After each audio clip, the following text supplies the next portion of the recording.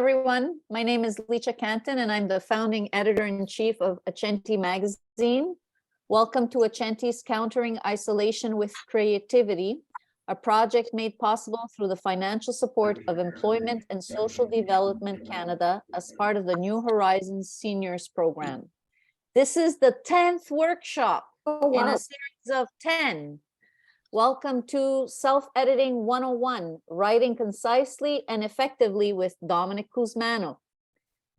I'd like to acknowledge that Domenic and I are speaking to you from Jojage, unceded Indigenous lands, historically known as a gathering place for many First Nations. We acknowledge them and the first storytellers of this land. It is my pleasure to introduce Domenic Cusmano.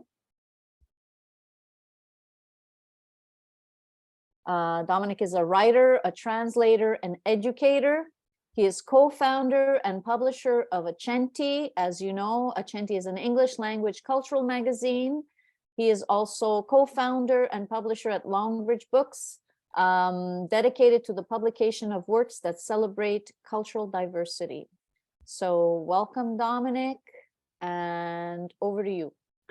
Thank you, Licia, and thank you all for being here. I can't believe that, I guess, close to the majority of people who signed up are actually here, which is really wonderful. I hope to live up to your expectations. So today's workshop, as Licia mentioned, is the last of a series of 10 from the series Countering Isolation with Creativity. And the title is Self-Editing 101, Writing Concisely and Effectively. I will share my screen so you can see what I've been preparing. And if anyone cannot see the screen, please let us know. Similarly, if you have any questions, please type them into the chat for the time being. And later on, towards the end, when we have the open mic, in a sense, we can take questions from everyone out loud. I would love to hear from you. So today's workshop is based on my experience over the years, first as a teacher of English, and then as an editor and publisher of a magazine and of books. And of course, from things I gleaned along the way from people who have told me of the mistakes I've made writing and trying to get published in different ways. This is a particular peeve of mine to write concisely, effectively, and precisely, essentially for the benefit of the reader. So we believe more and more, we believe for a long time, but more is better. We live in a society where everything is expanded, everything is bigger, everything is believed to be better if there's more of it. And it's true in some respects. More money, more fun, more friends, definitely. More time, absolutely. More words, not necessarily. And for those of you who, if you can't read what the little cartoon is saying, for the love of God, there are just too many words and not enough time. And that is kind of the crux of the issue, is that we don't want to waste the reader's time. We want to make sure that what we're saying gets to the reader in the most direct way, because readers have other things to read, they have other things to do, they're easily distracted, and if we lose their attention, they're not going to be engaged. Pardon me. So we want to keep readers engaged. We want to make sure that what we say, that every word counts, that somehow we keep their attention. We want to keep them reading. We want to keep them reading because we have a vested interest in their being satisfied and their being, getting something out of what we're saying. Think of the reader as someone walking in a foreign city at night, not sure where the path before them will lead. The writer's task is to bring readers to destination without unnecessary detours. Think of words as currency, in a way. Language, like the economy, is prone to inflation. The use of too many words, or what we often call wordiness, diminishes the value of writing. And you see this everywhere. You see this in newspaper articles, you see it in commentaries, you see it on the news, on TV, you see it in the New York Times, you see it on CNN, you see it on Fox. You see it in an advertisement on recipes. If any of you are amateur cooks or professional cooks, when you go through a recipe book, the person writing the recipe tends to go on and on and on and on. You say, just get to the point, please. Language inflation. What is it? A syndrome afflicting many writers and speakers that devalues the currency of words. Possible symptoms: bloating, pretentiousness, confusion, and ultimately rejection. And that's the worst part. If you want to submit your work, the worst thing can happen is, or when you submit your work, the worst thing is being rejected. Some of what I'm going to say today is based on this little book. It's entitled The Elements of Style. It's only about, maybe 70, 80 pages. And I came across this book in a course I took in university way back in the 80s. As you can see from the reference below, my copy is dated 1979. It was written originally by a professor at Cornell, whose name is William Strunk. It was edited, I think, in the 50s and onwards by E.B. White, the well-renowned writer. And this is a great paragraph that I'm quoting here for your benefit, I guess. Vigorous writing is concise. A sentence should contain no unnecessary words, a paragraph no unnecessary sentences, for the same reason that a drawing should have no unnecessary lines and the machine no unnecessary parts. This requires not that writers make all sentences short or that they avoid all detail and treat subjects only in outline, but that every word tell. And I think that's the key. Every word has to have its own distinct value, its own distinct merit. Okay, examples of wordiness. We'll begin with a few simple ones that I think you probably see, or you've probably heard, or you've probably even used. And speaking of the word probably, an expression we often hear: probably yes, probably no. Another expression: period of time. Scheduled in advance. They are also coming as well. How often do we hear the word also and the word as well in the same sentence? Simple fix: probably. It's implicit. It's already there. If it's probably, it means yes or no. Period of time, period, or simply time. Scheduled. Again, it's implicit. It was scheduled. It's going to happen in the future, not in advance. They are coming as well, or they are also coming. One or the other, not both. More examples. The reason why was easy to see. Needless to say, he couldn't help it. His story was a strange one. I was unaware of the fact that, etc., etc. The reason, period. The reason was easy to see. No reason to say why. There's no need for it. Needless to say, if it's needless to say, don't say it. Just go on with your sentence. His story was strange. It's succinct, it's concise, it's precise, it gets to the point. I was unaware of that. No reason to say that it's a fact. It may not even be a fact. It's irrelevant. Just get to the point, say it straight, and on you go. Any questions? Okay, now you try. I'll give you 1 minute for each sentence to fix it in your head or in writing if you like, and then we can either look at it together or some of you might volunteer your answer. Even though the odds were against them, they forged ahead anyways. If your mother approves, I'll go along. If she doesn't, I won't either. At the news conference, officials said the shooting was not an accident as it appeared to be intentional. So I'll give you 3 minutes. I'm timing you. Okay, it's not quite 3 minutes, but I think you're all sitting, waiting for the answer. And pretty straightforward. Even though the odds were against them, they forged ahead. It's already understood. Even though and anyways are saying the same thing. Alternately, you can say the odds were against them, but they forged ahead anyways, or but they forged ahead. So, and by the way, the writing language is very organic. It's not a science. There are often many different ways of saying things that are all correct.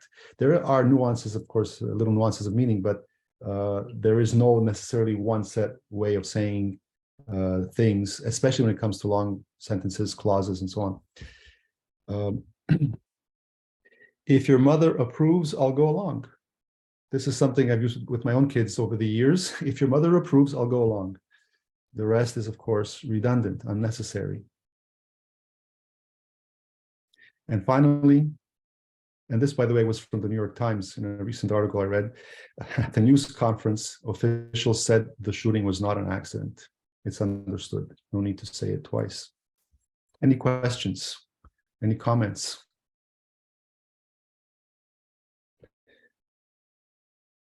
Okay, Eleanor writes, though the odds were against them, they forged ahead. If your mother approves, they'll go along. News officials said the shooting appeared to be intentional. Yes, yes, those are valid. Those are all correct. Okay, let's try another set. Okay, 3 minutes. Right now, we currently have an oversupply of bananas. We waited motionless in the brightly lit room, pardon me, without moving a muscle. Too emotional to continue, the teacher couldn't go on and left the classroom crying in tears. 3 minutes, well, maybe 2.5. I don't want you to sit around not doing, I don't want you to sit around sitting on your hands.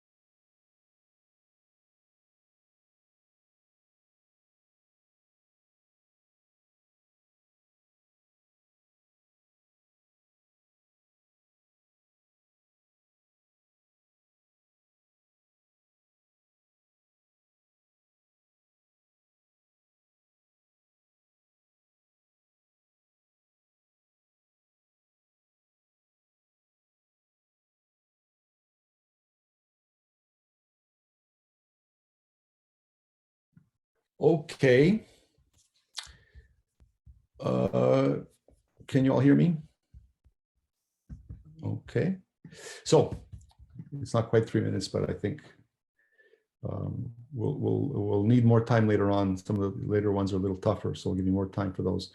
Okay, so this also was pretty straightforward. Right now and currently are essentially synonyms. So you can say right now we have an oversupply of bananas, or currently we have an oversupply, or we currently have an oversupply of bananas.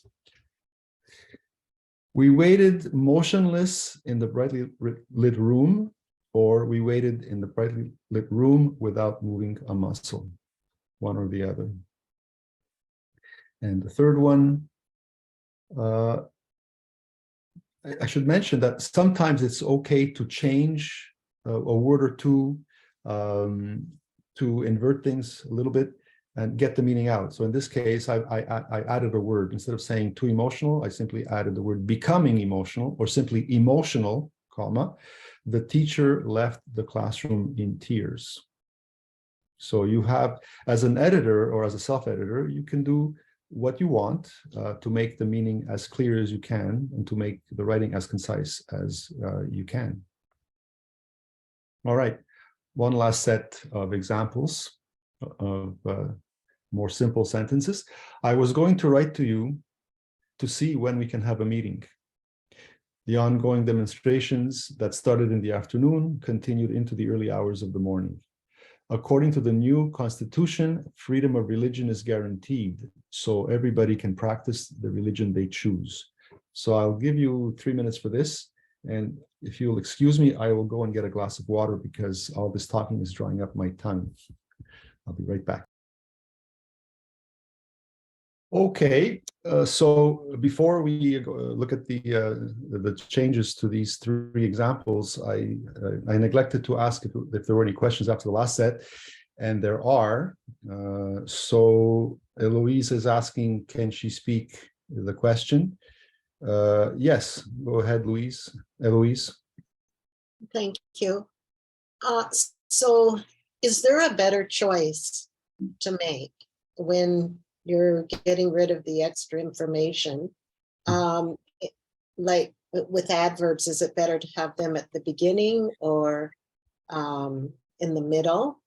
And also, I would think that dependent on the sentence before, a choice could be made dependent on that. I repeated myself, sorry, not concise. Okay, well, I think you're asking, at least the way I understand it, two different questions. I'll try to answer you in the following way. The first is that, yes, these are sentences and examples taken out of context. And sometimes, in fact, in many cases, often, the previous sentence or the previous clause or the following sentence or following clause can have an impact on what you're saying. And that's one of the hardships of editing and of writing, is that how many things do you put in one paragraph? How many concepts or ideas do you put in one paragraph or in one sentence that can go somewhere else? And in what way do you order them? So that's the organic part of writing that really there is no answer. You have to, in a sense, judge for yourself as a writer and say, well, this goes here and this goes there, and this is the sequence of things I want to say, and this is how I want to say it. Regarding adverbs can go, well, they usually go before or after an adjective, but that can also change the meaning. So if I say, I quickly ran to the store, or I ran to the store quickly, they both work, but sometimes there's a little nuance in how you're saying it. So I'm not sure if I've answered either of your questions, but yeah, exactly. There are differences in meaning in the way you order words, and there are also differences in the difference in structure can really affect the writing, the quality of the writing, the understanding of the writing by the reader, and so on. So does that answer your question, or did you want to? The first one in the relationship within context, yes, that was answered. The other is there a preferred placement of these kind of things? Like, is it better to say right now we have an oversupply of bananas, or is it better to say we currently have? Oh, in terms of choice of words? Yeah. Yeah, I think that the choice of words is really up to the writer. Some are comfortable one way and others are comfortable in another way. Right now and currently, I think they're pretty much interchangeable. In the same way that you can say motionless or without moving a muscle. They are interchangeable in the meaning of it. They are not necessarily interchangeable. There are no two identical words in any language. We say there are synonyms that have the same meaning, but in fact, different words have in fact a slightly different meaning than another word that it seems to be exactly alike. Robert, you raised your hand? Yes, maybe one way to think about it, just use the analogy of, say, cooking. So, you can use different spice or salt, for instance. So a word could be like a spice. Sometimes in certain dishes, it's more applicable and it tastes better, that extra seasoning. Other times you want to be lean on it or not use it at all. Very true. Very true. Words are like spices. They're not just like currency, they're also like spices. Very true. Okay. And I just want to acknowledge Maria Agostini, who said I got all three. I'm getting the picture. That's great. Okay. Next set. And I was going to write to you to see when we can have a meeting. Well, this is an example of what I was saying before. You can turn this around completely and simply say, when can we have a meeting? There is really no reason to carry on with, I was going to write to you to see if, so on and so on. Straightforward. This was an easy one. The ongoing demonstration. No, the demonstrations started in the afternoon. The demonstrations started in the afternoon and continued into the early hours of the morning. And finally, and this is an example of what I was saying before as well, there's more than one way to say things. According to the new constitution, freedom of religion is guaranteed, or simply and more succinctly, the new constitution guarantees freedom of religion. Did everyone get that? Okay. Any questions about these?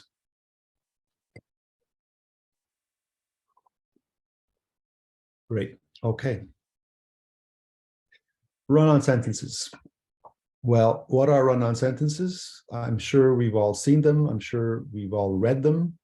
I'm sure we've all written them. I know I have. I'm happy to tell you that my editor and my spouse is here today. And if it weren't for her, I think the things I have written would be twice as long and half as effective. So thank you, Licia, for being such a good editor. Run-on sentences occur, and this is one definition, there are many definitions. Run-on sentences occur when writers combine two or more notions or clauses in a single sentence without proper punctuation. There are many ways of describing run-on sentences. Essentially, they are sentences that never end, and you lose the writer, you lose the reader when you unfortunately inflict that upon him or her. Here's an example.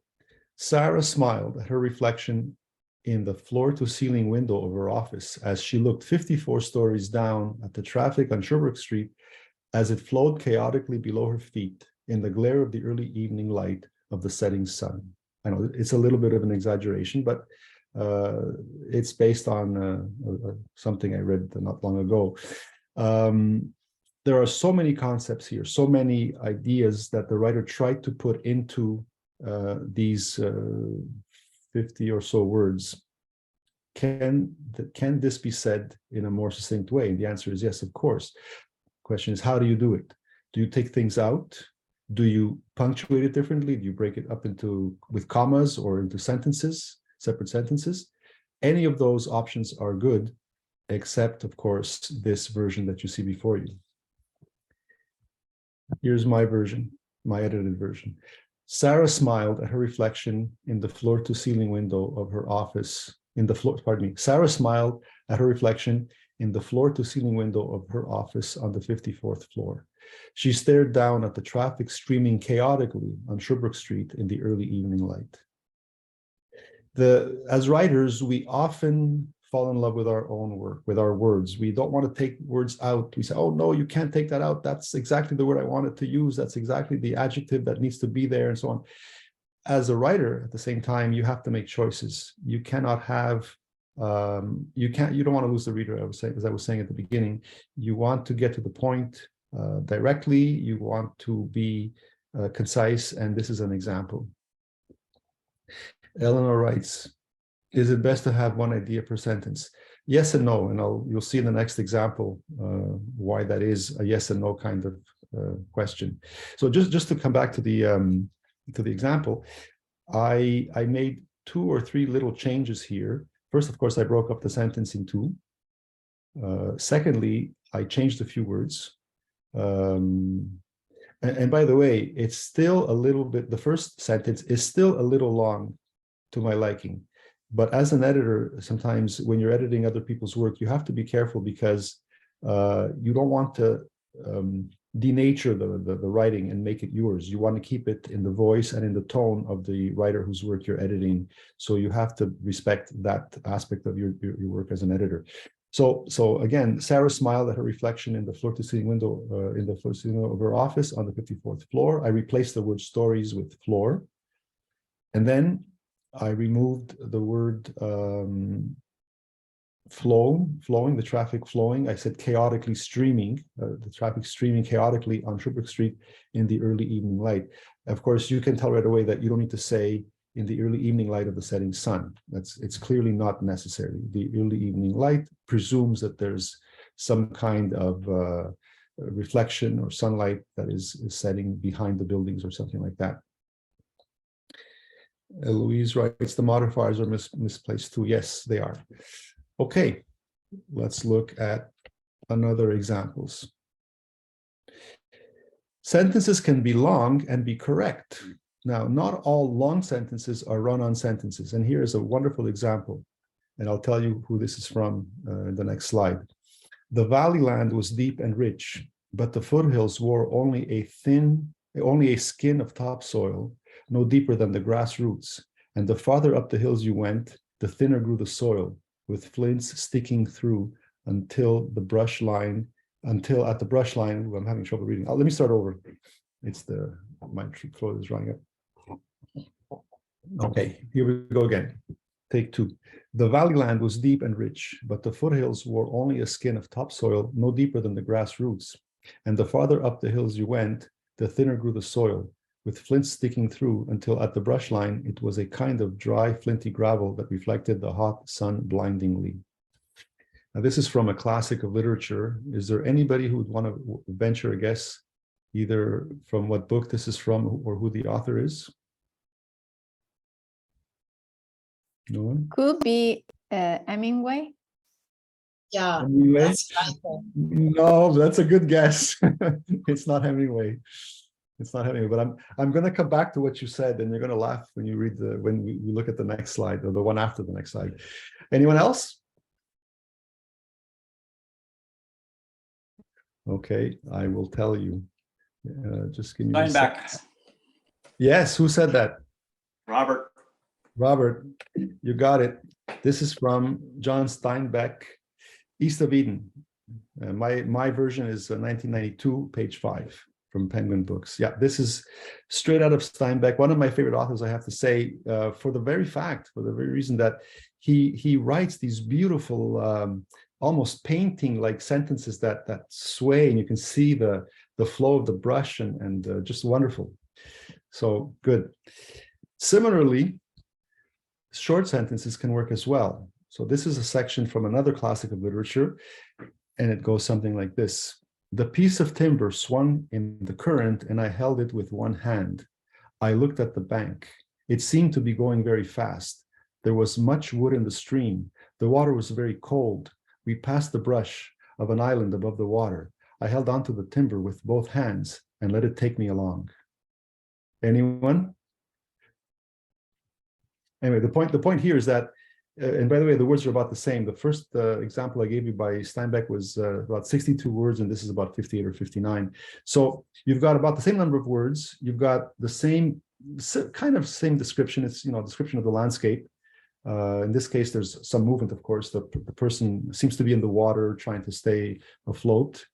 But in this case, the author uses very short sentences to get to the point he's trying to make, to convey that sense of urgency, that sense of danger in a way. Any guess, Maria Pia? Hemingway? You said it before. That's right. It's Ernest Hemingway, From a Farewell to Arms. And my copy is from 1969 by Scribner, page 225. Great. Okay. Now you try. Here's a sentence that is not as long as the previous two, but nevertheless a little bit convoluted. And it goes something like this. A large audience was expected would attend the final show of the season, the thought of which made the entire cast feel nervous. And to make matters worse, the lead actors had not been seen for hours. So go ahead, take maybe, in this case, I'll give you 5 minutes. How about that? 5 minutes. If you have any questions, please type them into the chat, and I will try to answer them as they come up. Okay? All right, so to reiterate, does anyone need more time, by the way? Is anyone still working on it? Okay, so a large audience was expected would attend the final show of the season, the thought of which made the entire cast feel nervous, and to make matters worse, the lead actors had not been seen for hours. Incidentally, when you read this, when you say that out loud, orally, it almost makes sense, right? It's pretty, it could almost pass for something that people would get accustomed to. However, when you see it in writing, it leaves a little bit to be desired. So here are at least two versions that make the sentence a little clearer. A large audience was expected for the final show of the season. There is no need for would attend. So a large audience was expected for the final show of the season, which made the entire cast nervous. There is no need for the thought of which, because nervousness is a thought, it's a feeling. There's no need to say that. Period. To make matters worse, comma, the lead actors had not been seen for hours. Version number 2. A large audience was expected for the final show of the season. It made the entire cast nervous. To make matters worse, the lead actors had not been seen for hours. So in the second example, the paragraph has been broken up into 3 sentences. So you might argue that the first paragraph would have been written by John Steinbeck, the second paragraph would have been written by Ernest Hemingway. Are there any questions? Did everyone get these?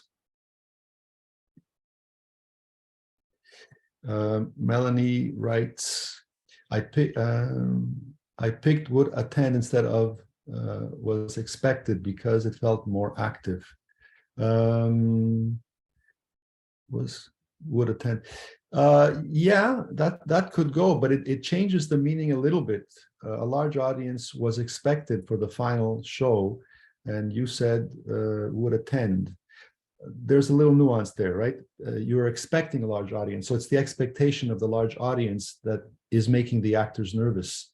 If they knew for sure that they were coming, then they would definitely be nervous, but they might not be so in such large numbers after all. So their expectation is a little bit misplaced if that doesn't happen.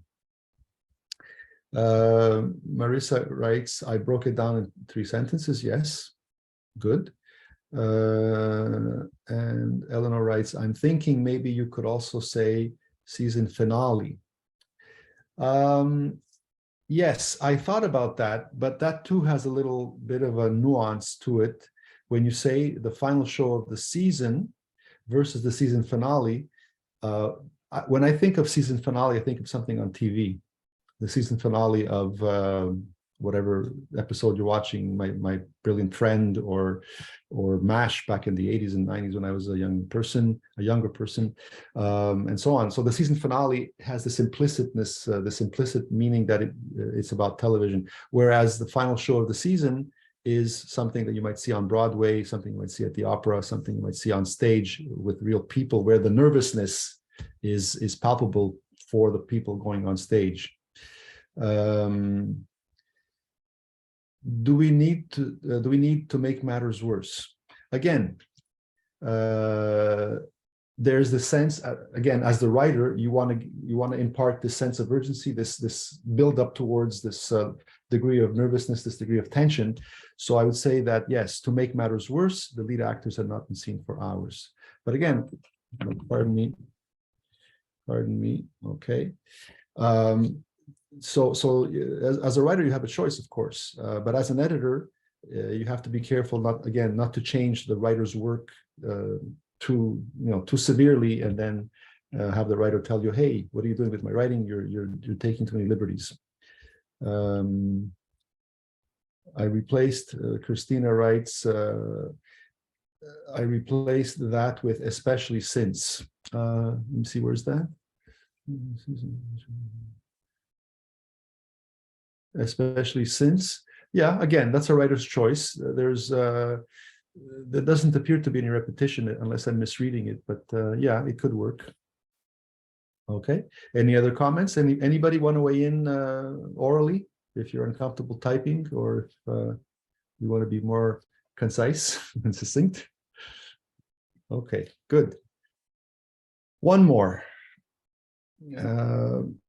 He walked into the car of the metro with his shoulders hunched up and his hands in the pockets of his thin gray hoodie, the hood over his head and sunglasses concealing his face, which if you could see would reveal that he was up to something no good. Once again, there are any number of concepts here, any number of notions the writer is trying to convey, all valid, by the way, all important to describing the situation, describing the character, and describing the unfolding of the action. But can we say this more efficiently and more concisely? And again, I leave it to you. I'll give you 5 minutes. Can you break this up into 2 sentences, 3 sentences? Are there commas anywhere? Are there any things that you want to add, change, and so on? So 5 minutes. Go ahead. Okay, welcome back. Is everyone ready to go, or do you need any extra time? Okay, just to come back on the previous example, I think Eleanor writes, previous sentence, the cast felt nervous. Furthermore, the lead actors had not been seen in days. I think you're leaving out too much. I think if you say the cast felt nervous without saying why, you've altered the meaning. You've removed, in a sense, too much. You've edited it too much. So I wouldn't go that far. Of course, if you're the writer and that's the meaning you want to convey, then that's up to you. You can always come back to why the cast is nervous in a following sentence or a following paragraph. Okay. No, I have a question. I have a comment. Yes. I'm sorry, it's because I left out the first part. I didn't want to write the whole thing about the whole cast and the final performance. Just it was the last part. The cast felt the last part of the paragraph. The cast felt nervous. First, apologies. Apologies, I got the wrong person. Exactly, right. Jocelyn. Yeah, sorry about that.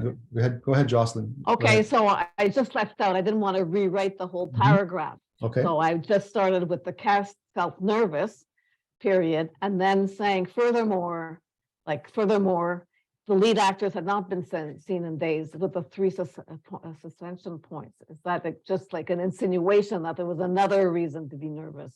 Okay, so how would you, so how, can you read out your entire paragraph? How would you do it? Well, it was the same what you said. It was expected, the final season.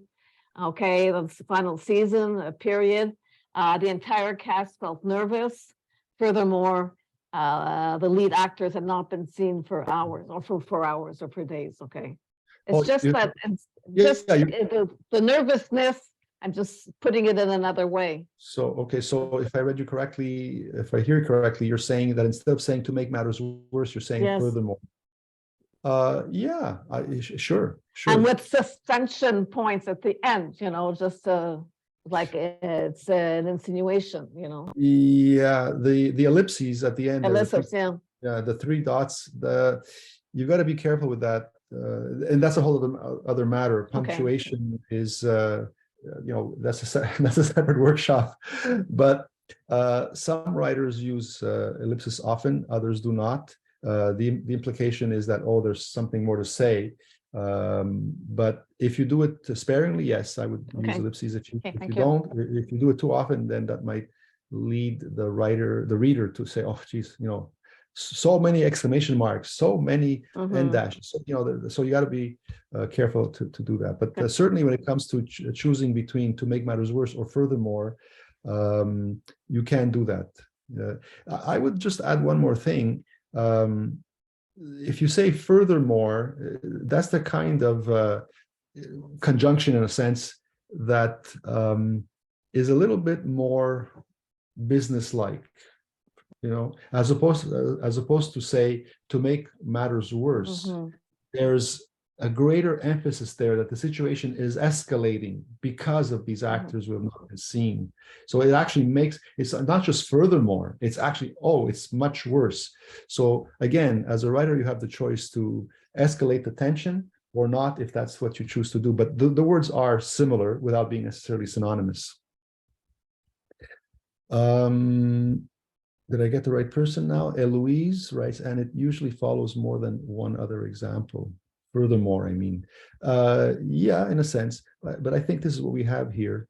There is this escalation, this buildup, whether it's a series of 2 or 3 or more. But yes, you have a choice as a writer. You have a choice as an editor as well to use the words that you decide.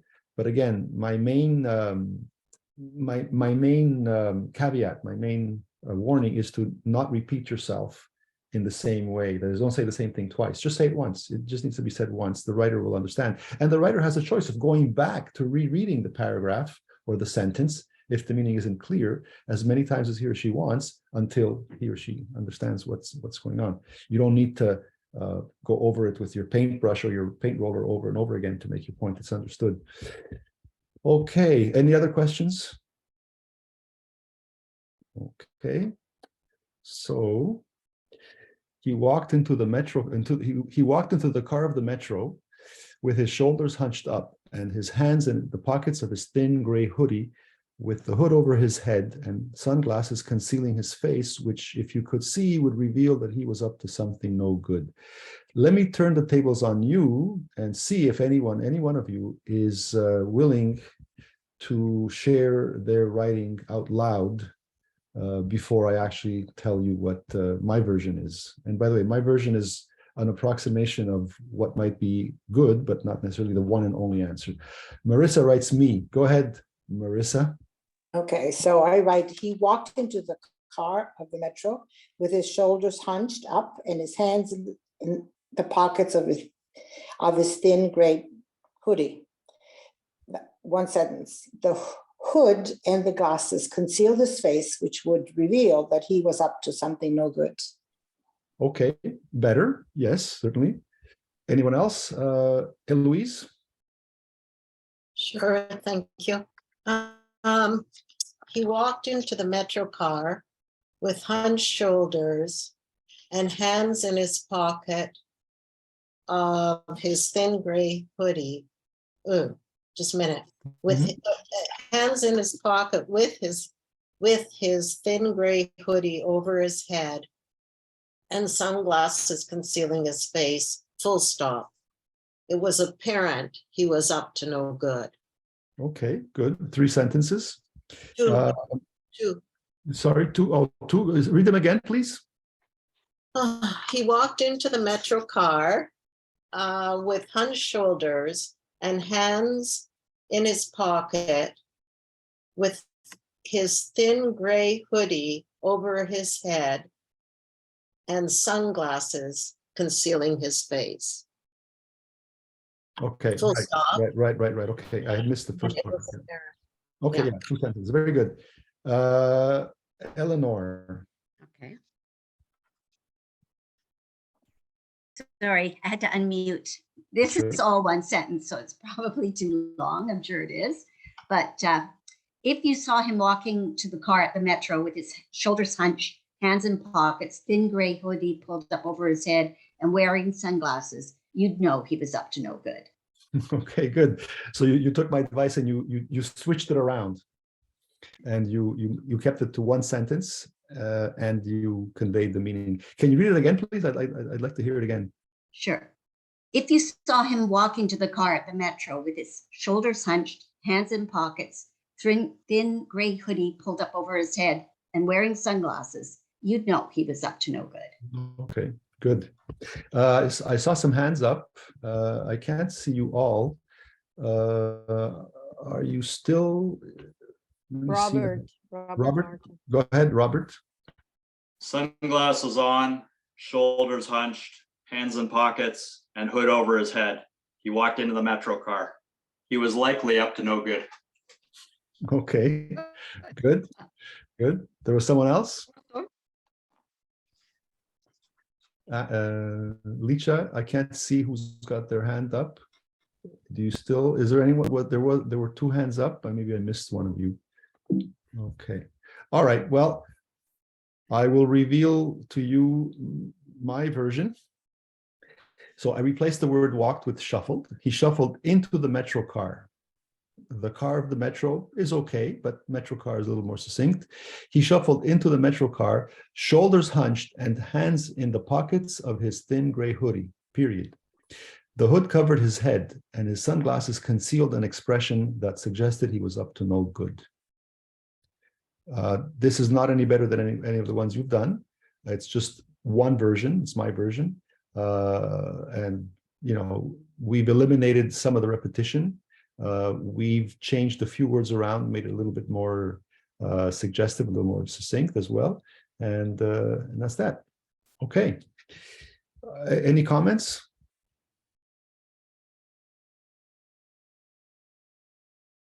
Okay. I'm going to show you one last one, which has more to do with punctuation and less to do with editing. And I'm going to ask you to punctuate it. It's just one little sentence. Just give me 1 second. I will have to unshare and then reshare my screen. Okay.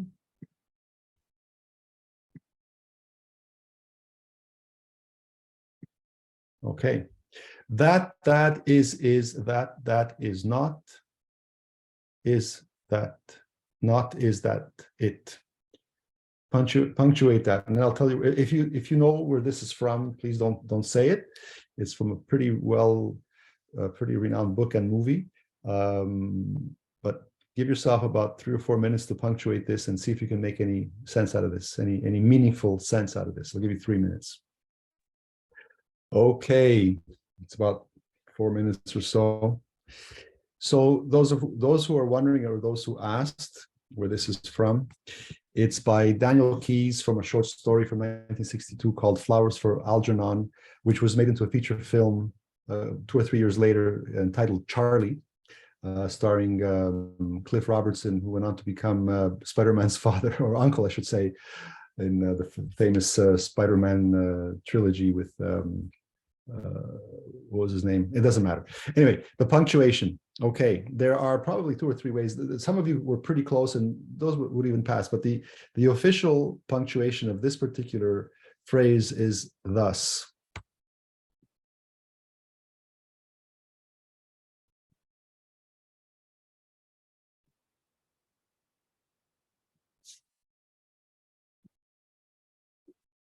That is. That is not, is not. Is that it? All right. Now, this is this is the version that's in the book. So if you struggle with this, don't be disappointed. It's not an easy one, and that's the whole point of the book. The book is really a short story about a person who, through a medical intervention, becomes a super genius and challenges his co-workers with this particular phrase. Okay, so one last thing I want to share with you before we go, and going back to my original. Okay, can you all see the last slide? A few tips. Okay, so a few tips about editing and self-editing and writing concisely. Read other people's works. Read online, read opinion pieces, especially, which tend to be less opinion pieces. Analyses of news, analyses of items out there tend to be less structured and therefore more freewheeling. Writers take liberties. Look for redundancies, look for inconsistencies, look for run-on sentences. Not everything you read is, that's been published out there is necessarily perfect. In fact, far from. So read critically. Incidentally, that's one of the occupational hazards of editors, is that once you start reading critically and you start looking for mistakes, so-called mistakes, you can't stop. You're always doing that. You're even looking for errors in menus in restaurants and places like that. So be careful. Be careful if you actually take my advice seriously. My third point is read and reread your work. All right, read your work, read it over and over again, and for the same reason, look for redundancies, look for wordiness, run-on sentences, and ask yourself if there's a better way of telling. And if you remember that very first one of the early slides, every word should tell. So is there a better, more concise way of telling? Are we saying things in the most efficient way possible, not wasting our readers' time and our own time for that matter? I think it takes longer and it's harder to write long, convoluted sentences than to break things up and say them in a more structured, more succinct way. Finally, have someone else read your work. And I know that as writers, we're very sensitive. Sometimes our friends, our colleagues, people we like, will read our work and say, "Oh, please read my work, please read it." And then, of course, they'll come back and they'll tell you, "Well, this sentence or that sentence or the meaning here isn't clear," and we get flustered. So as a writer, be patient, do have the courage to ask someone else to read your work and take their advice seriously. Okay, even someone who might say, "Well, I'm not sure what this means. Can you make it more clear?" That's okay. If that person didn't get it, then there's something you can do. You don't have to rewrite the entire paragraph or the entire short story or the entire novel, but at least one person told you that something wasn't clear. Maybe there's something there. Read it over. They could be wrong, but at least someone else has given you their feedback and you can go with that. Ultimately, hire a proofreader or an editor. Of course, that's something else. But if you're at that level where you want to see your writing, you want to go out there and have your writing considered for publication, then it's not a bad idea to have a professional editor look at your work and give you some tips and some advice. And that's all I'm going to say for today. I see that there's 2 comments in the chat. Are there any questions? Would you also recommend reading your work out loud? This is from Anna Romano Mill. Yes and no. The reason, if you're doing a presentation, most definitely, if you're going to be speaking in front of an audience, any number from 5 to 500, do speak up in front of the mirror. Put a lectern in front of you and do the eye thing where you're looking up and down, and pronounce your words correctly, and pace yourself, time yourself. But if you're just writing for print publication or online publication, you know what, I would say perhaps sometimes there's a musicality to the language when you hear it that you might not hear when you're just reading to yourself in silence. So yeah, I wouldn't spend too much time on it, but yeah, it might be helpful to read out loud as well to see how the words sound, how things are coming together, and if it makes sense. Are there any other comments? Well, you're all welcome. Thank you all for being here, and you're all welcome. Thank you for your positive comments. If there are any other questions or any other comments, if any of you have any sentences you want to share, by all means, you can put them in the chat, or if you want to email me, I'd be very happy to get back to you, provided they're not too long. We have a few minutes if there are any other questions. If not, well, I guess I will have been very concise in my presentation, which is, of course, an objective that I set for myself. Okay, great. Are you able to take the few tips down and then we can get gallery view? Or maybe I just don't know how to do that. No, it's on gallery. I'm not sure. You mean you couldn't see my examples? No, just now there's a share screen on, and because of that, then we can't see each other clearly. Yeah, can you remove your presentation, Dominic, so everyone can see? Yes, okay. Yes, you're right. I didn't need to have that on any longer. Is that better, Eloise? Yeah, thank you, Dominic, very much. I'm with the work that we're looking at today, it's prose. And the question about reading poetry or reading out loud with poetry, I find it helps because you hear the rhythm. Yeah. I have to say I didn't touch upon poetry at all. I'm simply not, it's not an area that I feel comfortable talking about. Poetry is a whole other area, a whole other domain. In fact, many of the rules that I've discussed today, or many of the suggestions I've discussed, don't apply to poetry, because you do often have repetition in poetry, which is intended. And so that's a whole other area of language and writing that I have not, as I said, I don't feel comfortable discussing at all. I'm not competent in that way.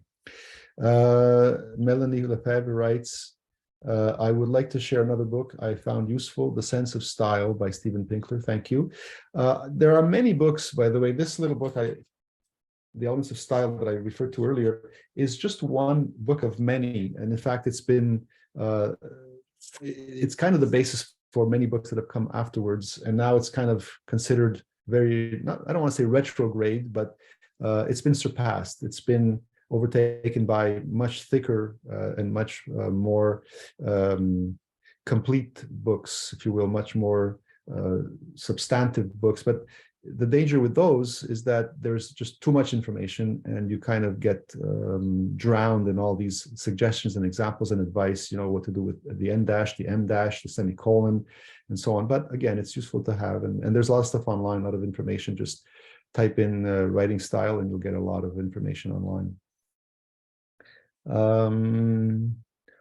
Oh yes, I'm sorry, this is my email.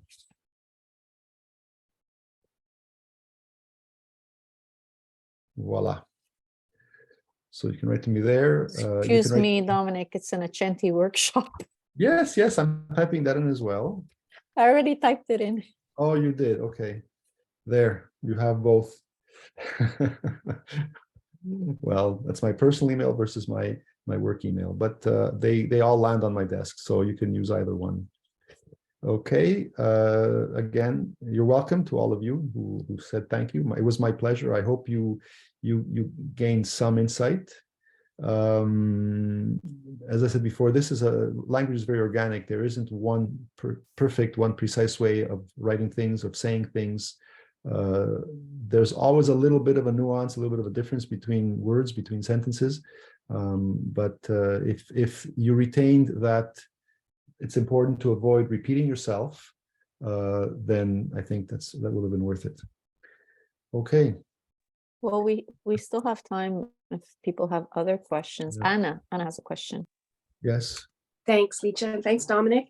I just wondered, in terms of professional editors, if you could provide any tips around how to find one, how you know you've landed a good one, maybe even a hint on, what a reasonable going rate is. Yeah. Just a little bit of Yeah. let me peek inside that whole world, if you have any comments on that.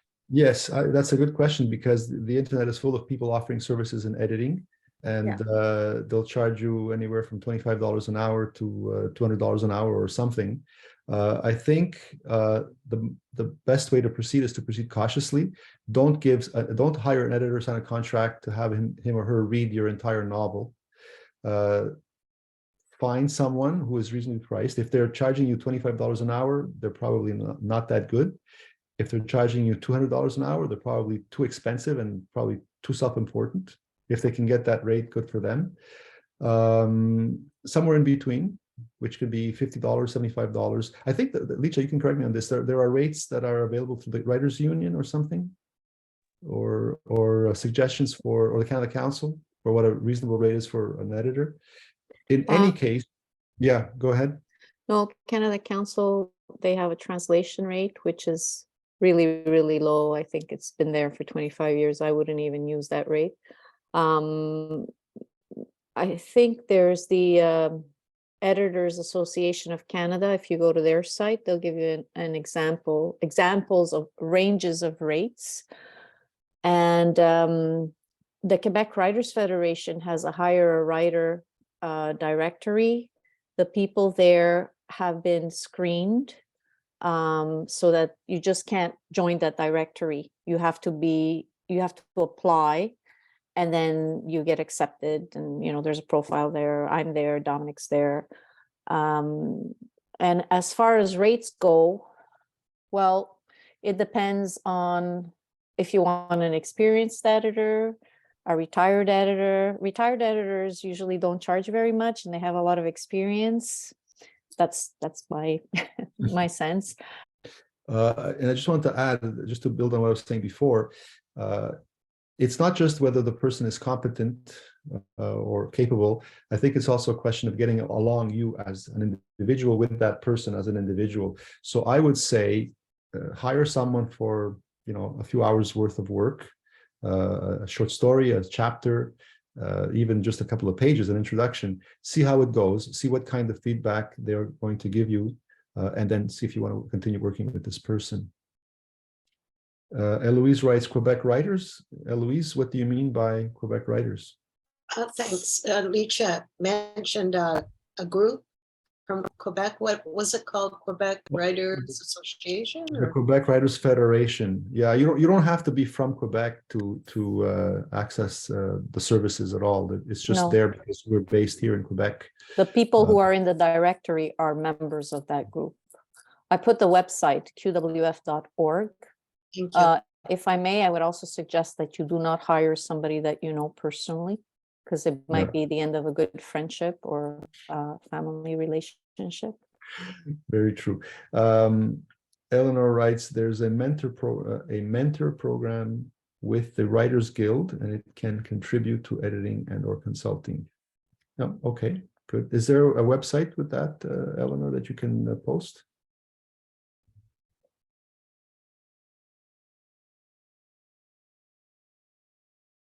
Okay. Are there any other questions or commentaries? Okay. Well, it was great to see you all. If you're in Montreal or in anywhere in in southern eastern Canada, you probably have to go out and shovel snow. I know that's where I'm going. But If not- when you're ready, I will close officially. Right. I'm just going to say thank you once again. It was great to see you all. I didn't expect such a large number, and I hope you enjoyed this workshop. And perhaps we'll be doing another series in the new year, well, later this year. A lot of things depend on it, but thank you all for coming. It was wonderful. Thank you. Okay. Thank you. Thank you, Marissa. Thank you all for being here today. Thanks very much, Domenic. And I just wanted to let you know before we go that, so this was the 10th workshop. As Domenic said, there might be others, we'll see. I've put in the chat the link to the Countering Isolation with Creativity. The descriptions of the 10 workshops that we've done are on the site with the workshop leaders. If you go to Accenti Magazine on YouTube, you will see that some of the workshops are there, the full recording. There are at least 3, as well as other events. Eventually, all 10 will go up, so you can watch them. And what else can I tell you? Yes, I've also put in the chat, Accenti is organizing an international festival of the arts. So anyone who's interested, some writers there who might want to come and read, or if you know other artists, or if you are a musician, or check it out. It's Accenti Fest. Go to the Accenti magazine, accenti.ca, and you'll see it there. What else? Thank you for being here at Accenti's Countering Isolation with Creativity, a project made possible through the financial support of Employment and Social Development Canada as part of the New Horizons Seniors Program. And we look forward to seeing you at our next event. Besides workshops, we organize readings in conversation, in collaboration with the Association of Italian Canadian Writers. There's always something brewing in the background, so stay tuned.